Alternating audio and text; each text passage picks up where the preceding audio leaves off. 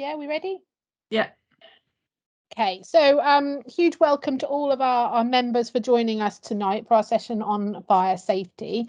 And apologies because we had to rearrange this session from a previous session. And I think that was just the timing wasn't quite right in terms of the invite. So we've had to rearrange it. So we're really pleased that everyone could join us again and early, 2 minutes early. That's just so unusual. And I think that's probably as a result of how keen people are to listen to the session tonight. So just a brief introduction. I'm sure we can all remember the tragedy that took place at Grenfell on the 14th of June 2017, where over 70 people lost their lives and many more were injured.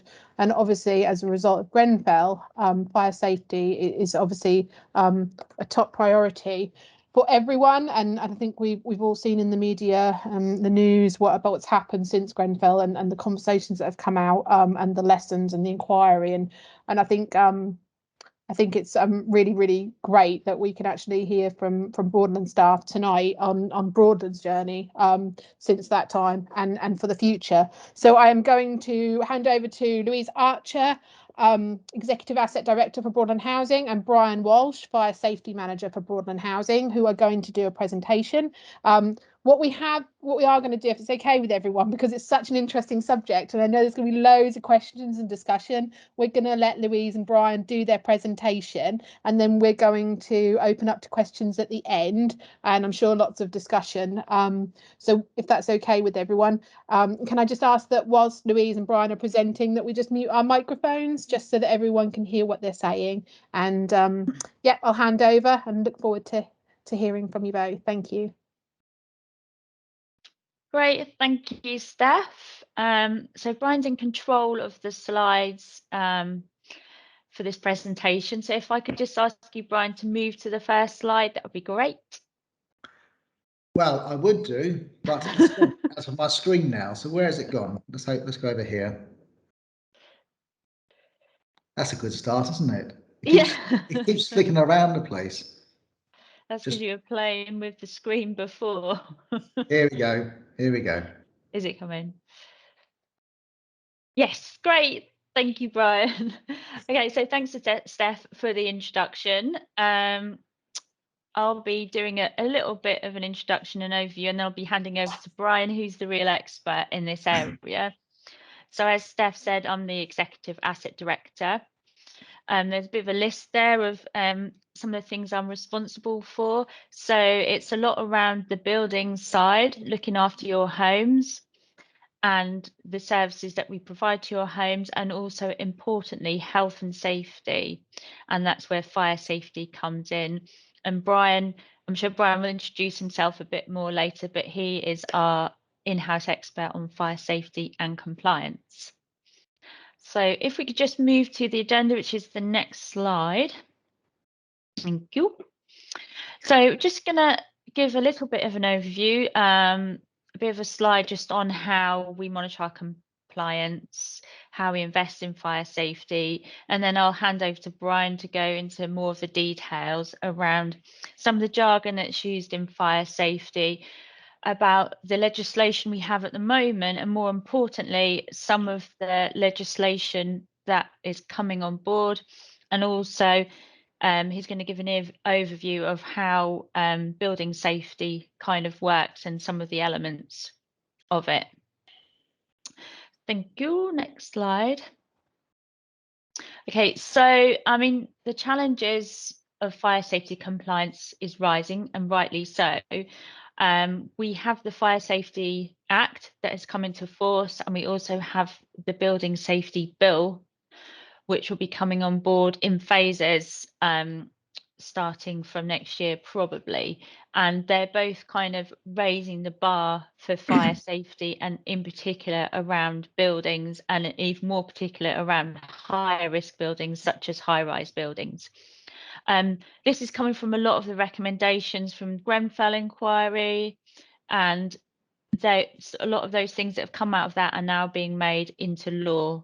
And it is about increasing safety for residents, but also some of it is around information as well, and having the data information for the building, so that when people need to go in there if there is any emergency, that they can access that information more easily.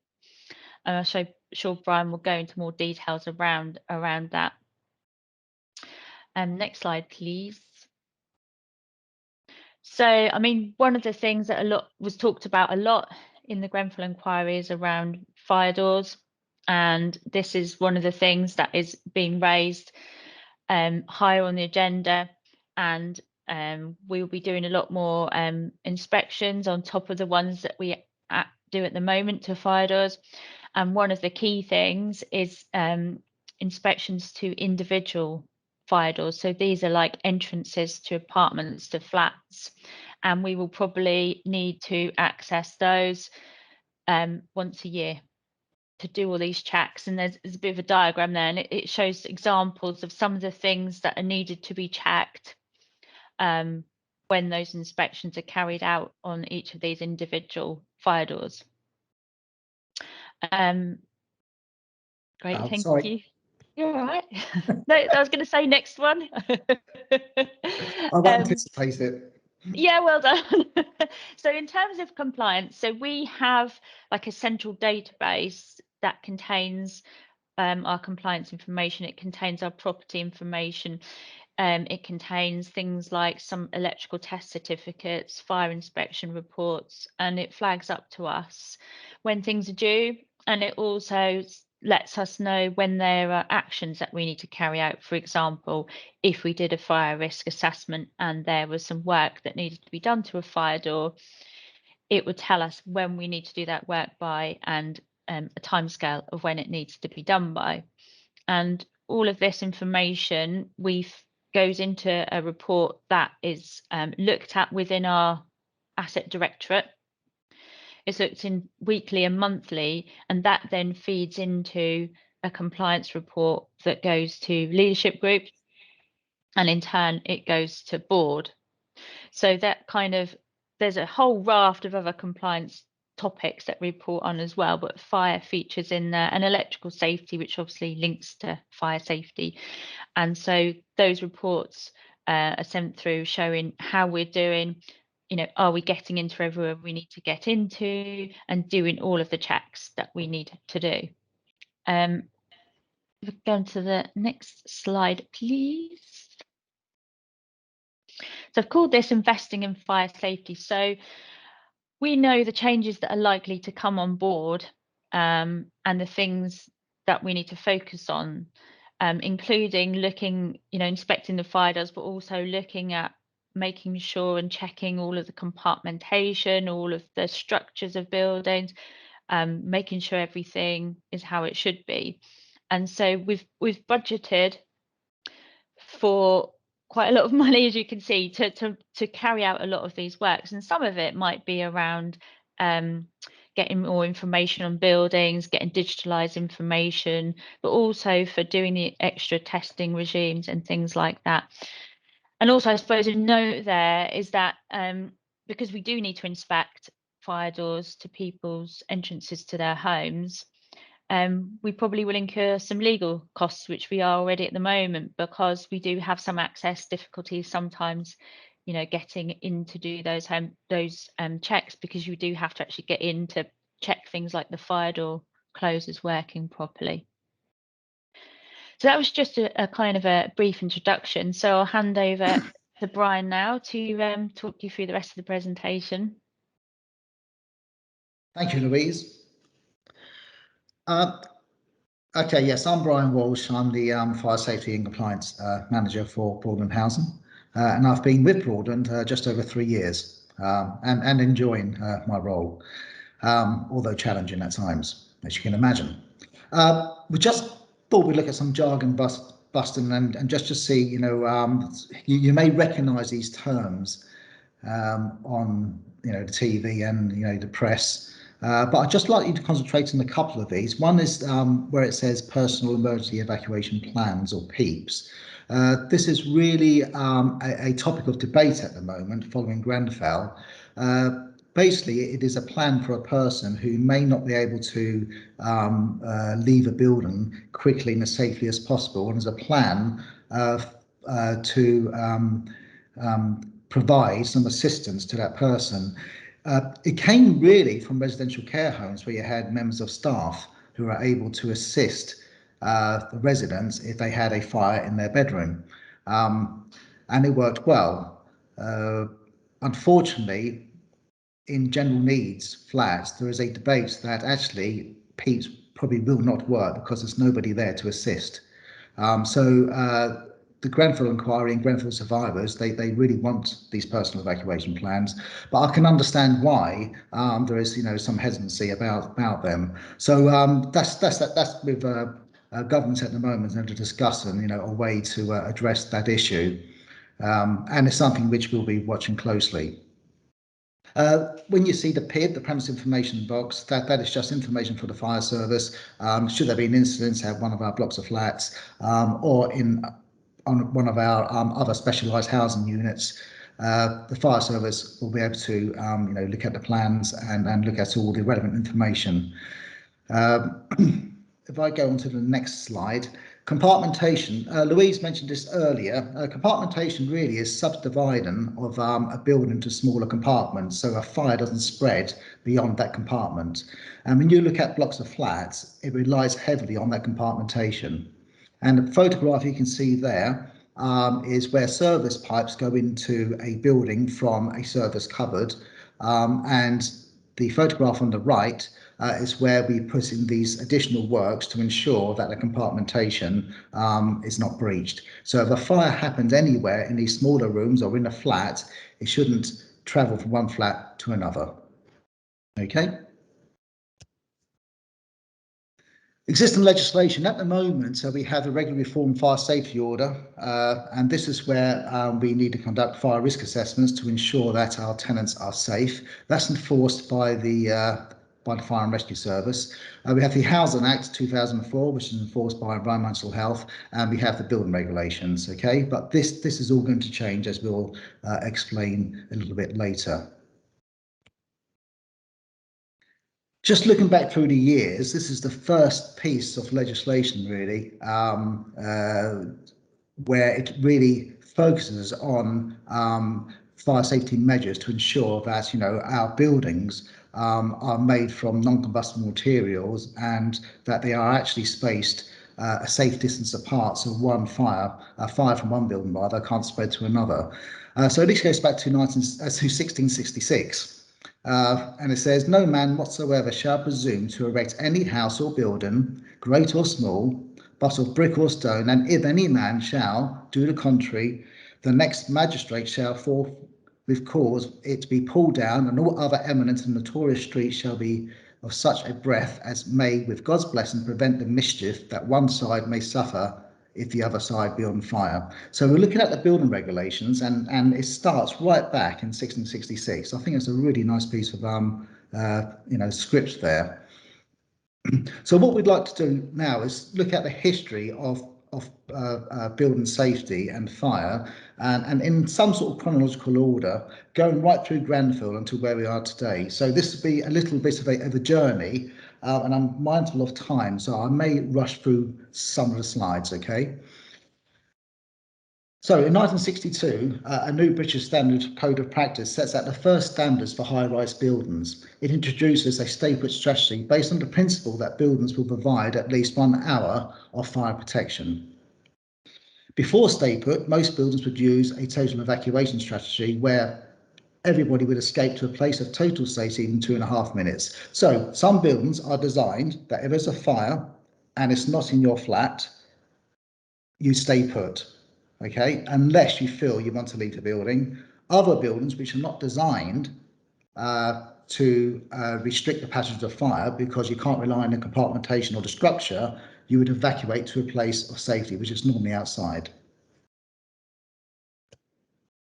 When we look at purpose-built blocks of flats, even in Victorian times, they would be made from solid materials, solid walls, timber floors, lava and plaster ceilings, and they would have some limited fire resistance, but you'll be limited to the number of floors you can actually build these flats because people need to evacuate the premises to a place of total safety. There was no stay-put strategy in Victorian times. Even in the early 20th century, they were made from non-combustible stairways and plaster ceilings. Provisions were made for the fire service that they can't build any higher than what the rescue ladders can actually reach. And if they wanted to go higher, then they have to put in an alternative escape. But flats built after 1962 were built of solid construction, concrete, brick, masonry walls. But what they did have were these design freedoms, because they could build these blocks now with this compartmentation. And so a fire on one floor should not affect a fire on another floor. In fact, or indeed, a fire on one flat should not affect a flat on the same floor. So the fire should be contained to that flat, and in some cases to the room of origin. And so the whole idea or the concept of stay put was that you wouldn't even know there's a fire, let's say in the floor above, and you wouldn't have fire alarm systems either in the common areas, because, let's say, the building was designed to restrict the passage of fire and smoke. When we look at houses which have been converted into flats, they would have a fire detection which is provided to both the private and common areas. And so if the fire alarm activated, everybody would escape sometimes to assembly area, but the important thing is they would leave the building, because these buildings are not designed to contain fire. They have some limited fire resistance, but you cannot rely on the structure on these types of buildings, and so people would evacuate to outside.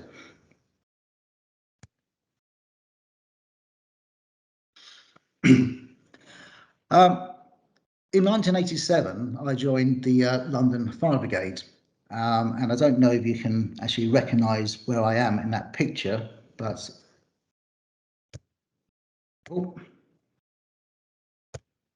there I am. Okay, so 1987 was a good year. It was a good year for the fire service because I joined, and a good year for me. But also something else happened in 1987, and that was this British Standard 476, as you can see on the slide there. And that was for fire tests on building materials.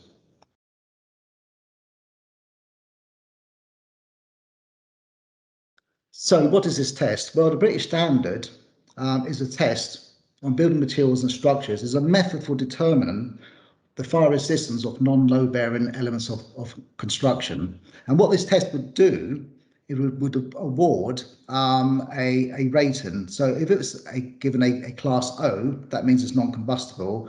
And if it's given a class 4, that means those materials are combustible. And so really the principle behind the building regulations is this, is that the external walls of the building shall adequately resist the spread of fire over the walls and from one building to another, having regard to the height, use and position of that building. Now it almost sounds like going back to 1666, where it hasn't changed much at all really. We have regard for the structure, non-combustible materials, and there should be space between buildings so fire could not spread. And so, what, 300-400 years later, we still have that principle. This British Standard 476 was really designed for solid materials because it only measures the spread of flame over the surface of the material.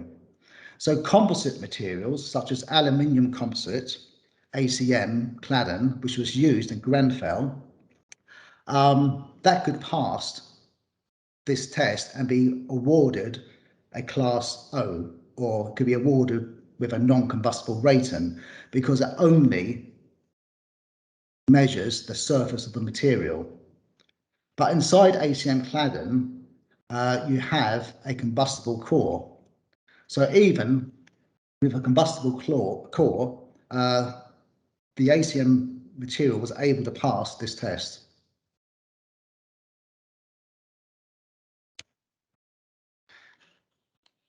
When the fire service go to high-rise incidents, they do rely on the structure of the building, because their expectation is that the building is made from fire-resistant materials, and so they will actually go inside the building to fight fires, and it will sectorize the building into 3 areas. So you have the lobby area, you have the fire sector, and you have the search sector.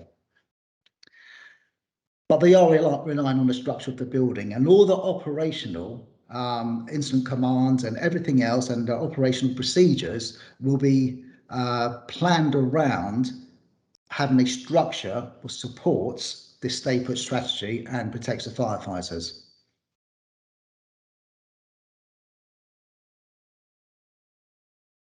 When we look at Grenfell, something went wrong because that building should have contained fire. It should not have spread around the outside or enveloped the building at all.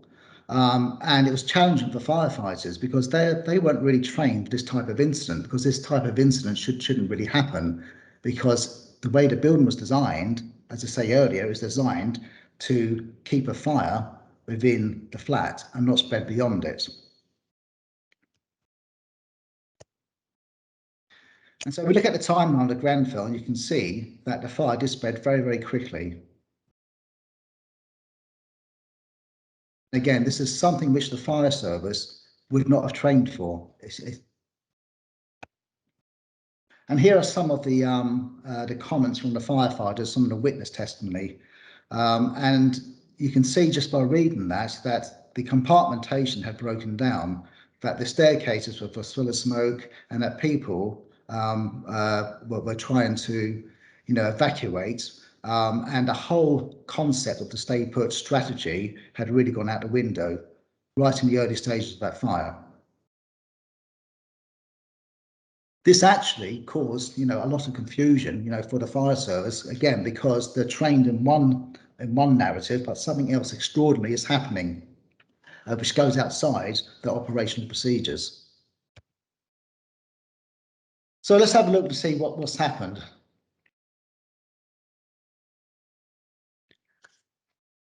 In 1985, the Building Act came into force. This introduces a massive deregulation of the industry and a system of performance-based regulation. This means that rather than setting out prescriptive rules or lists of banned materials, the regulations outline broad outcomes which builders must achieve. It is then theoretically up to the industry to decide how these standards were met. Guidance on how to comply with the regulations will now be contained in what's known as approved documents under the building regulations, and these will be published by ministers. The Act also partly privatises building control, allowing private consultants to compete with local authorities to sign off schemes as compliant with regulations. In the 1990s, Arconic, who had a patent on ACM materials, that's this aluminium cladding used at Grenfell, expires, and its price drops, resulting in its use becoming more widespread. So what we noticed is that from the 80s, where we were using a lot of solid materials to build our housing, in the 90s, we're starting to use these composite materials. In 2005, the Regulatory Reform Fire Safety Order sees the responsibility for fire risk assessment buildings shift from the fire service to building owners, who are expected to engage with private consultants to carry out their own assessments. So we've seen some sort of privatisation now of the building and the regulatory requirements of building control. And in 2005, there was an update on the building regulations, which relaxed the restriction of the use of combustible insulation on tall buildings, permitting for the first time that products can be used if they pass what's known as a large-scale test. And this change is supported by the plastic insulation industry, and at the same time, new environmental standards come in requiring much higher levels of insulation on new homes.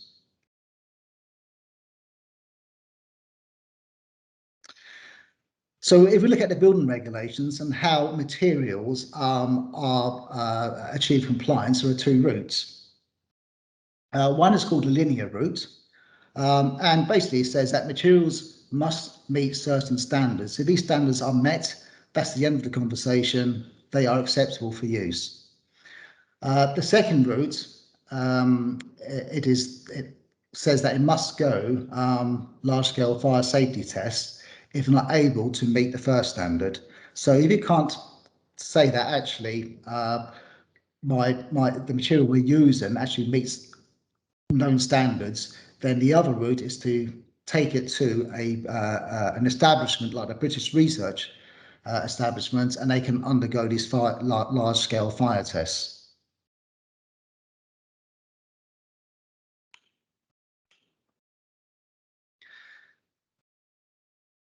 So the building regulation says that materials used in external walls must be of this class O. In other words, that it must be fire resistant. And it also sets out standards for insulation material in buildings over 18 metres, that these materials must be of limited combustibility.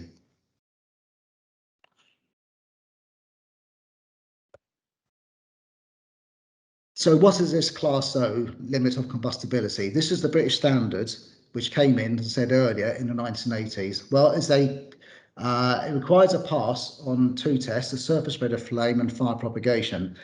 The fire tests involves applying heat to a sample of the material for 10 minutes and measures the spread of flame.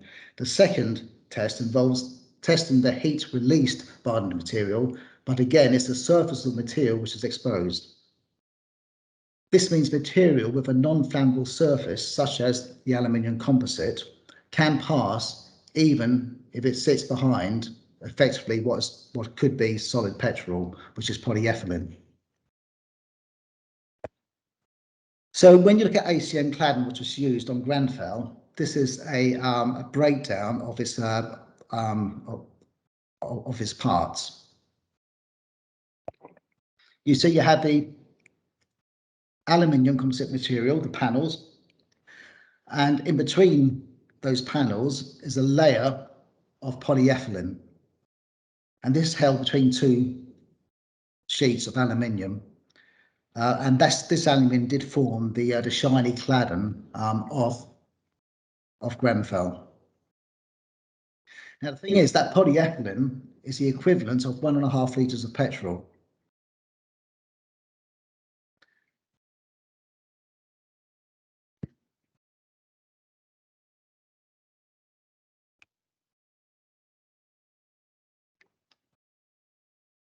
Sorry, I just lost my thread there on the slides. Okay. So aluminium composite material consists of thick aluminium sheets with the 6mm core of polyethylene.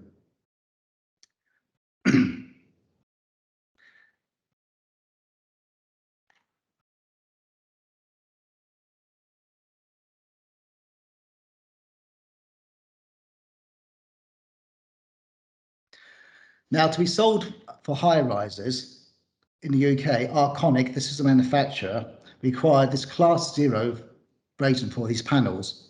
Otherwise, it would not be accepted for building regulations.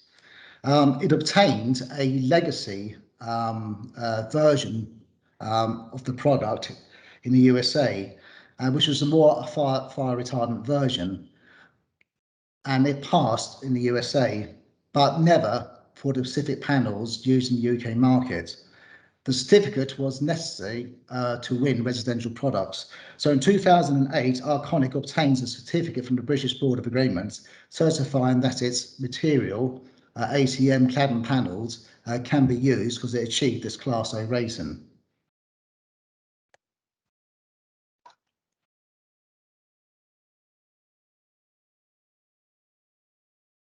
Sorry, my slides have just gone out of sync.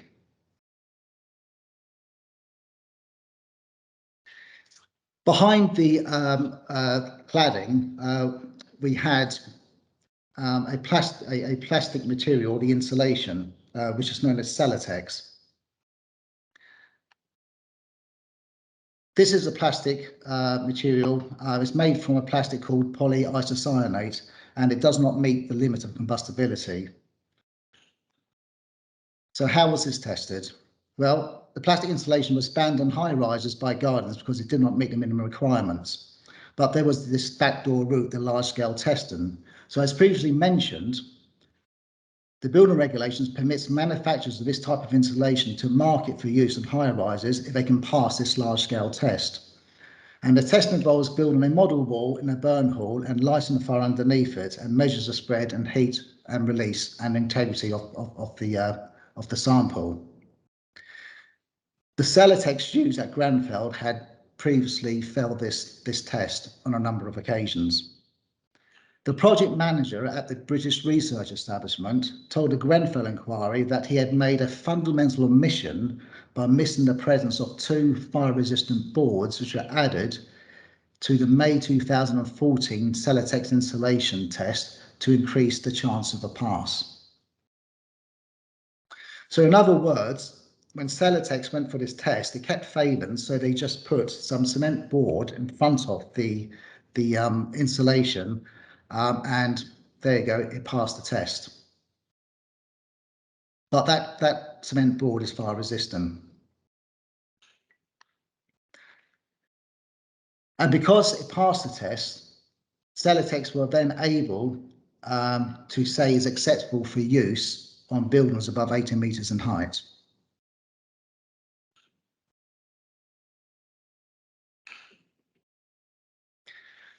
The cladding manufacturers also argued that it would be impractical to test every possible combination of cladding and insulation material. Instead, the industry had been using desktop studies. These takes data from materials previously tested and makes a judgment as to whether this new combination would pass if it was tested. We know, based on safety tests post-Grenfell, that some materials were passed by a desktop study and failed a real-world test.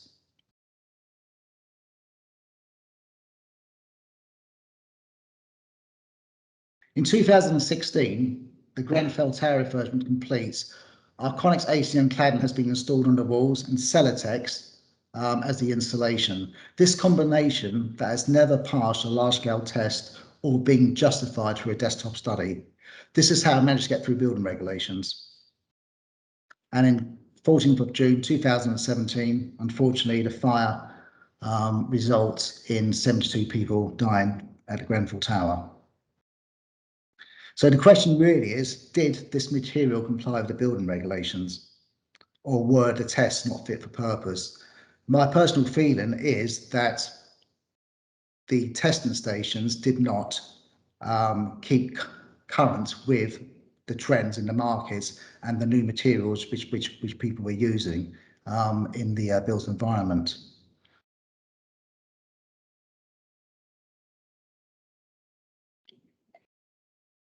In 2017, I retired from the fire service and I joined Broadland Housing in 2018. Also in 2018, the building regulations came into force, requiring all materials which become part of an external wall or a building above 18 metres to be of limited combustibility. And they started using what's known as the Euro class system, which tests the whole cladding system in situ. There's a new approved document under the building regulations, which was published in July 2019, which requires materials used in the construction of an external wall should be of limited combustibility. And the British standard 476, that class O that came in the 80s, after 54 years, disappears. Basically wasn't fit for purpose. And in 2019, the only person who has lost their job following Grenfell is Danny Cotton, who resigns as the Commissioner for the London Fire Brigade. So, what does the future hold for Broadland? So, future legislation what's coming in. Described as the biggest improvement to building safety in nearly 40 years, Housing Secretary Robert Jenrick says the Building Safety Bill introduces new and more stringent requirements for residential buildings following the danger and hazard review of the building regulations. The bill is intended to ensure that the building safety is a top priority. It creates an independent building safety regulator, which is the Health and Safety Executive. The building safety regulator will oversee the design, construction and occupation of high-risk buildings.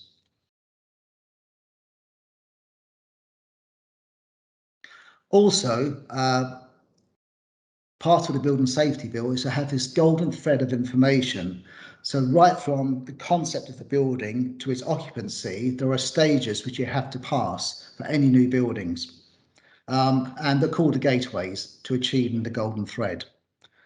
So Gateway 1 covers the planning stage of a building and will largely utilise existing planning permission processes. Planning applications will need to demonstrate that fire safety requirements have been considered and incorporated in the proposals. Gateway 2 requires the building safety regulator, that's the HSC, to be satisfied that the building design meets the functional requirements of the building regulations. These are the new building regulations. And Gateway 3 begins when the construction of the building is completed and the building control body assesses whether the work has been carried out in accordance with the building regulations. And all these three gateways are intended to create this golden thread of safety information, ensuring the right information is available to the right people at the right time. The Building Safety Bill also introduces new roles, and one of them is the accountable person.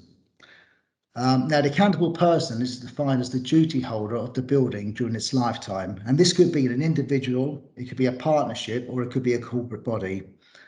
And there are duties that the accountable person must comply with. That person must register the building to the HSE, to the regulator. They must apply for a buildings assurance certificate to say that the building is safe. It must assess the building safety's risk and take all reasonable steps to prevent the occurrence and control or impact of a major incident. Keep information on the building and ensure it's up to date. Develop systems for investigating complaints.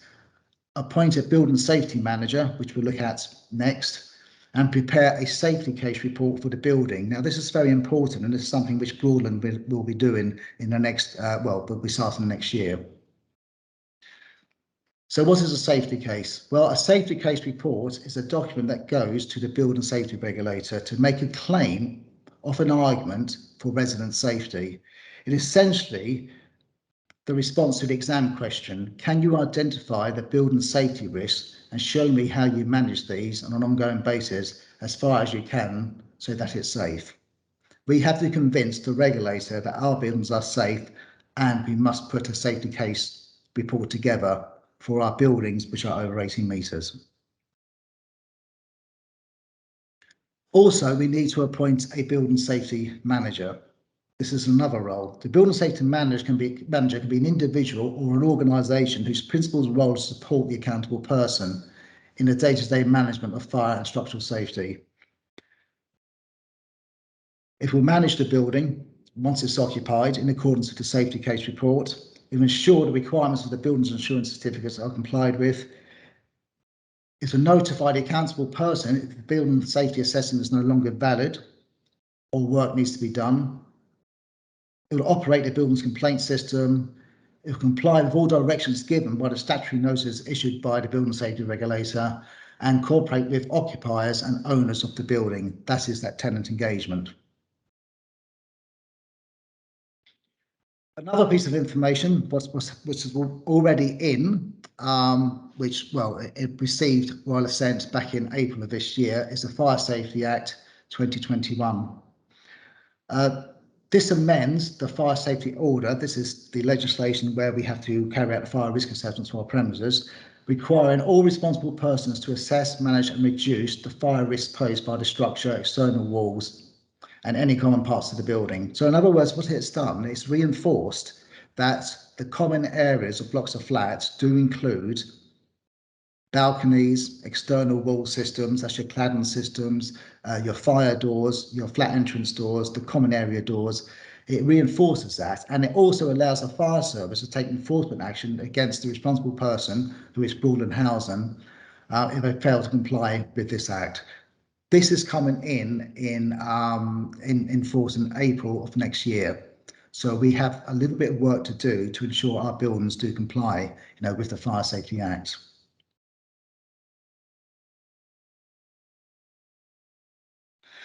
So how are we getting prepared at Broadland? Well, we're already carrying out external wall surveys. So we know that all our buildings are, if there is cladding, already cladding systems, that they are safe and they are of low flammability and combustion. We've carried out compartmentation surveys to a lot of our buildings, and as more we'd like to carry out some on. We are looking at our shelter schemes and looking at our housing with care schemes to ensure that the compartmentation within those schemes is adequate.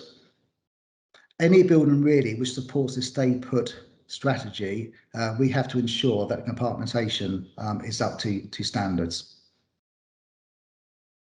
We have an FRA or fire risk assessment programme, and this will expand to other premises following the introduction of the Fire Safety Act.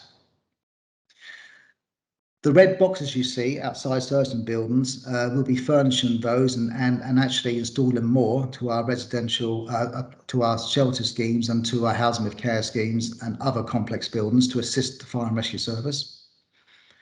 We carry out person-centred fire risk assessments to our most vulnerable tenants. And we'll be looking at these personal emergency evacuation plans again to assist the fire and rescue service should there be an incident. We have a resident engagement strategy, and that's something which we're focused on, putting a lot of focus on that because it's so important that people do understand the how their building works, how it functions, and what to do in the event of fire, and the principles behind, the strategy of its stay put or of its total evacuation. We're looking at sprinkler systems in our high risk schemes. So again, our sheltered schemes and some of our more complex schemes. All our people who work on our buildings, fire alarm engineers, anyone who's involved in compartmentation works and fire doors, they will all have third-party accreditation. Louise spoke earlier about enhanced fire door inspections. So the regulations for coming in next year will require flat entrance doors for buildings 11 metres and above to be inspected once a year, and all the doors in the common areas to be inspected once a quarter. So we're looking at a programme now to ensure that in April, we can do this. And to be fair, we do check our doors in the common areas once a month, and but we need to concentrate a little bit more on the flat entrance doors. But there will be complexities in that, just gaining access. We're putting work now towards building a safety case for each of our buildings. It's going to take a little bit of work as well, because we have to, convince the health and safety executive that our buildings are safe for people to occupy, and they are. And at the moment, we have 7 buildings in scope, so it's just 7 buildings which are above 18 metres, which will fall into the scope of this new legislation.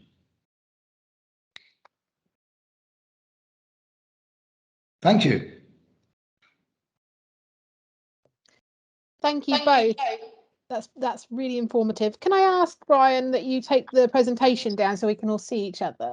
Is that all right? Sure. Yeah.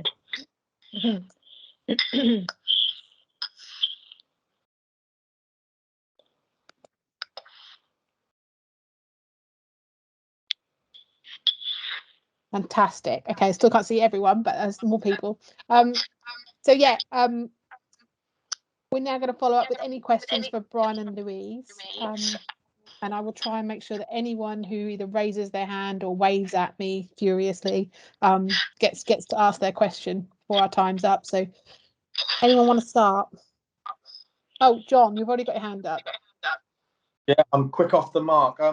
Firstly, Brian, Louise, can I say what a thoroughly informative presentation that was? That was absolutely excellent. They say every day is a school day. I've learned so much, Brian. How to rate these materials and how that composite material was a problem. So I've got a question for Louise, a question for you, Brian, if you don't mind. Louise, did I understand correctly that we've now got the system in place, the IT system in place, so that we will undertake the inspection regime? We'll have a clear plan of like gas safety, that we'll have alerts come up if we don't, if we are in danger of missing a dead. That's the question for you. The question then for Brian is, we've obviously got a huge amount of work to do with the new legislation. Do we have the capacity to deliver that work? We've only got one of you, and I'm sure you maybe got some support. Apologies if I'm not aware of the structure which you've got around, but you know, a lot of work to do. Can we deliver it? They're my questions. Thank you. Great, thank you, John. Yeah, so we've got a new piece of software that we're building the link between that and our internal system BBS, and it collects all of the kind of compliance data, and it says this building needs this certificate, this certificate, this certificate. Has this been done? Tick, tick, tick, cross. It'll flag it up. And then on top of that, are there any actions that need to be carried out that has come from those inspections and servicing? And for example, on electrical safety, it will automatically read the information from the certificate and flag up works that need to be done and put a timescale on them. So we're just building the link at the moment between that and BBS so that we can share the information and not have to double input. Thank you. Okay, yes, Jonathan. Capacity and resource. Yeah, it's something which we need to look at tomorrow. Actually, there's a timely question, so I'm putting a gap analysis together, and we're starting. So there's a couple of things what's happening. So next year we have the fire safety regulations and the Fire Safety Act coming in April, and that's what we're concentrating on. Okay, it appears the Building Safety Act will not be in to around about 2024. So that gives us some time to ensure that, you know, the accountable person, you know, is carrying out their functions. We perhaps will employ, or we may share the function of the building safety manager, and we may even, you know, share with other housing providers. We may have one BCM for the building safety manager for the region. So we're starting some in discussions with other housing providers and seeing which are the you know, the best ways forward. There's not many housing associations in Norfolk who have buildings which fall under the scope of the Building Safety Act. The flagship only have one. Broadland, you know, we have 7. So we will probably have our building safety manager gainfully employed, but we still have to see if that's a role we can share between. It doesn't have to be an individual, you know. We may be able to share that role with existing roles, but it's something which we're certainly looking at. Thank you. And can I just say again to both of you and to Steph for the introduction, what a great presentation. I'm glad it's been recorded. Thank you. Thanks, John. Can I just ask if anyone's not asking a question, can you put your microphone on mute, because we are getting some echo and feedback. So if you're not asking a question, can you just be on mute so that we can hear it, and also so the recording will make sense to some people who are listening afterwards. Thank you. Okay, anyone else?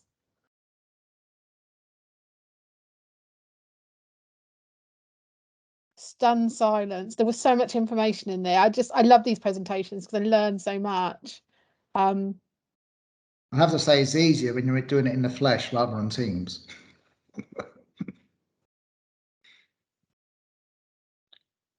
If there's no question, any comments? It doesn't have to be a question, just any comments at all for Brian or Louise, or any comments generally about what people have heard.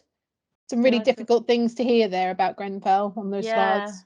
I think it's fascinating how kind of the things led up to that event, and you can see how, you know, different standards were just kind of relied on and accepted as the industry standard, but actually they didn't comply, and no one actually realized that, because you're relying on these kind of historic kind of tests that weren't actually, as it turned out, fit for purpose, or there was ways around it. Yeah, just sort of see how that built up. I can remember just you know, personally, my time in the fire service in the 1980s. Say we didn't really have any of these materials at all, and it didn't present such just a challenge. And back in the early days in the fire service, it was more about intervention rather than prevention. You know, so we would go to incidents, and you know, if you're lucky, you may rescue people. It's only when we got into the 90s we started looking at preventative measures, and back in the 80s we had, you know, around about 1,000 people each year dying in fire. But 10 years late 90s, we did reduce that, quite considerably, because we started to look at prevention and fitting smoke alarms and driving the initiative that smoke alarms will become a legal requirement. I mean, it's quite astonishing to think that before the 90s, having a smoke detector was not a legal requirement. So there has been some very good initiatives. But I could also recall in the 90s having these materials coming in and talking about those and not understanding what products they were. Things like laminated beams, to hold buildings up, or glue lam beams are called. You had, things like all different types of sandwich panels where you have two skins of the face material, and inside that you'll have a combustible material. And that was a danger to the fire service because they would collapse on firefighters, involved in a fire. Whereas materials we used to have before that would be solid materials, and you'd know how they react. So I think what's happened, there's been a phase from the 90s up to where we are now, of actually exploring these materials and saying, actually, are they really fit for purpose? And we can see how some of the manufacturers were able to navigate through, the building regulations and through the testing stations, but to all our detriment, unfortunately. That brings us nicely into Andrew, who I'm sure a question is related to that subject. Yeah, it's frightening, and Brian is completely right. We've had discussions on it, and Brian is, at the moment we're in the process of building the highest building that Broadland is probably ever going to own in its lifetime. And so the work that Brian's been doing with the construction team as well is just huge, because it's a massive subject. But I think what's scary for me is how dysfunctional the construction sector was operating in those years, and certainly through the early 2000s. And also, what we don't talk about is how the consultant regime and the client's responsibility was going on at the same time. And there were so many gaps of people saying, and this is what came out in Grenfell as well, how so many gaps in the process where people weren't putting their hands up at the time and taking responsibility for their roles. It's very, because of the way the construction industry, and is still set up, to be honest with you, that you've got so many different subcontractors and factors going on, it's all getting lost within it. And also the strong client, the clients have to take some responsibility for this as well, because if you don't take the lead and give the brief in the first place, then it allows this culture to sort of just go through the projects, which is not what Brian is seeing at Canary Quay, thank the Lord, which is actually a very collaborative process where we are, even when regulations are changing mid-flight, so mid-contract, we are changing with it. And that is very, very rare in the construction sector, because the lowest denominator is money. And so it's very sad, where I find it really sad, because I'm part of that sector. I know I work for a housing association, but still part of that sector. And it just appalls me that actually this is how much this has gone on. And I'm seeing the general public are now seeing it, and it costs lives. So it's an interesting time, Steph. I'll be honest, in fire, for the better, really for the better. And I'm just hoping the culture within the construction industry changes as fast as the regulations does. So there we are. That's what I was going to say. Thank you. Is there any more questions or comments for Brian or Louise? No, you have stunned everyone into silence. John, Steph, can we just talk about tenant engagement? Yeah, of course. I know we have just a few minutes. I just think it's so important that resident engagement, that we actually do understand our residents, and they understand the structure of the buildings, and what procedures are in place, what the fire measures do in that building. Why doesn't it have a fire alarm system? What are these big vents in the ceiling for? What does this red button do?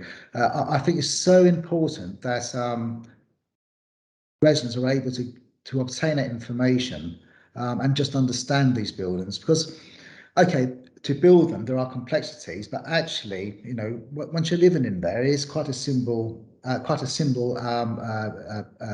to understand. But some people, you know, are quite alarmed when you do say to them, well, you haven't got a fire alarm in your common areas, but they don't understand why. Or when you mention the stay put strategy, some people, again, that they don't understand, you know, because it's counterintuitive. If you think there's a fire, you'd get out of the building.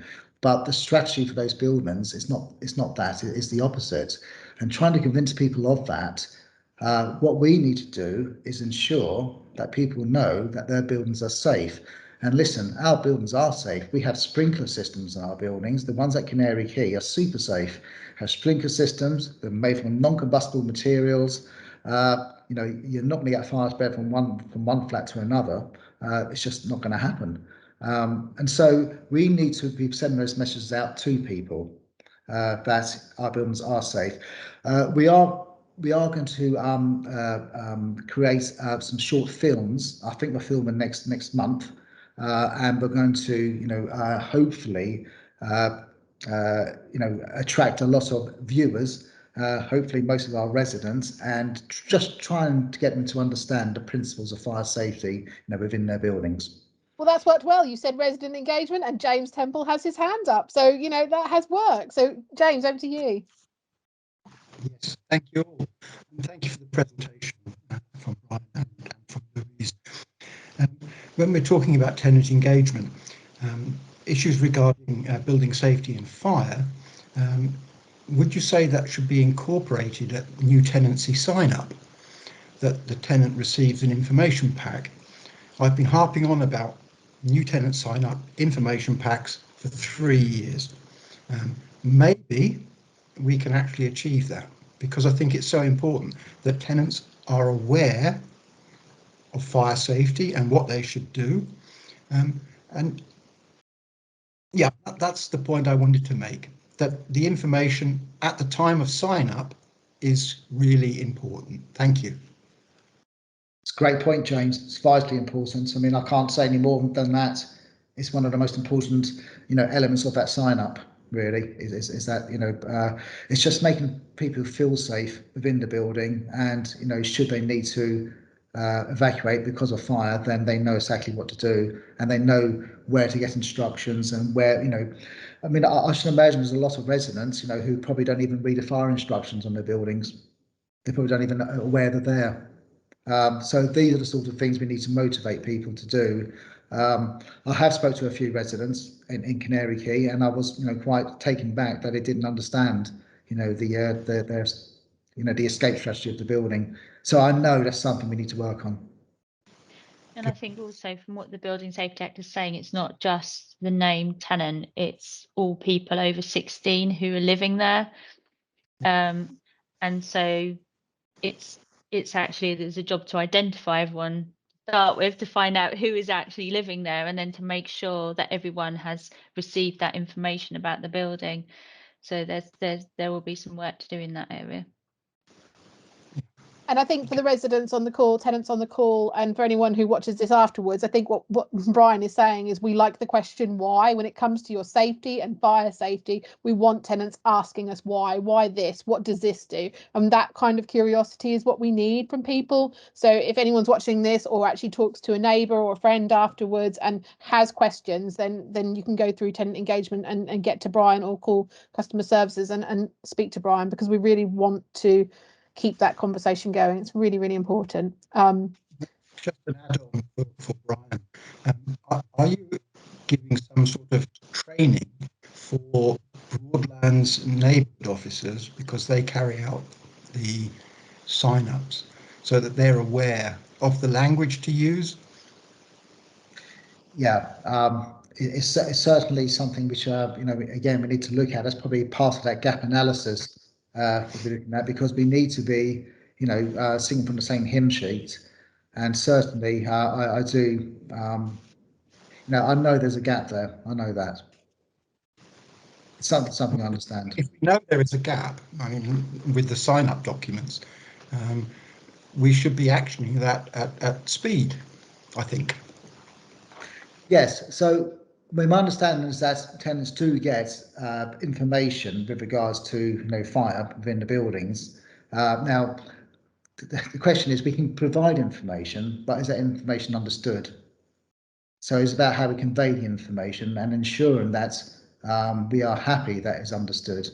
And I think that's a two-way process. And also, it's dynamic. It shouldn't just stop, at the sign up. It should be, just continue through that life cycle of the building.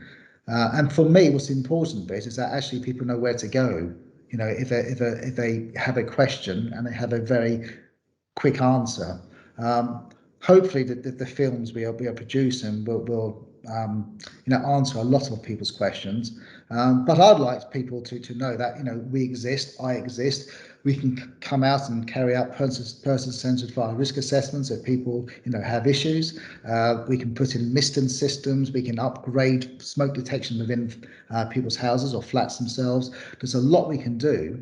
And I like to have that message out there and say, look, come and talk to us. If you have these concerns, we're very happy to come out. We're more than happy. Another question, Brian. Do customer services, do they have your hymn sheet?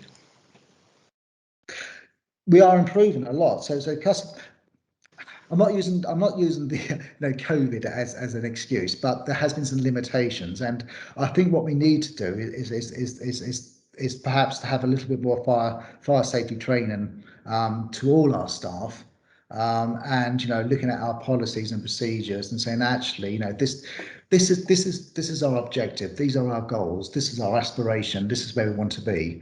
But that is happening. There are we're starting that, but it takes a long time, and there's other conflicting priorities out there as well, trying to keep on top of everything. But say we do have a tenant engagement strategy. We have and that's working well. We have invited tenants and residents to speak to us, and it's very interesting when they do. And we have our open days and everything else.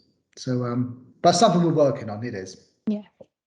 Yeah, I think that's a fair point. But I think certainly, just speaking as a member of staff, I've never known so much about fire since Brian started, and I now know where to go if I have a question. So I think that that's something that all staff know, is if they don't know the answer, they know where to go to get it. And we all call on Brian all of the time. So he is a specialist within our organisation. So it's been really good. So in true order of finishing on time, I'd really like to say a massive thank you to Louise and to Brian, and for everyone who's giving up their evening, because we know that you've given up watching something on TV, or you're hungry to be with us this evening. And just from the project team who are doing the membership project, we are working on putting together a program of events for you for next year to hopefully continue these sessions, because we've found them really great, and the feedback we've had is you'd like them to continue. So we're working hard on that, and I'm sure Paula's going to confirm that we will be in touch with you soon about what next year will hold for these events. So massive thank you to everyone. Lovely to see everyone, and good evening, and thank you for your time.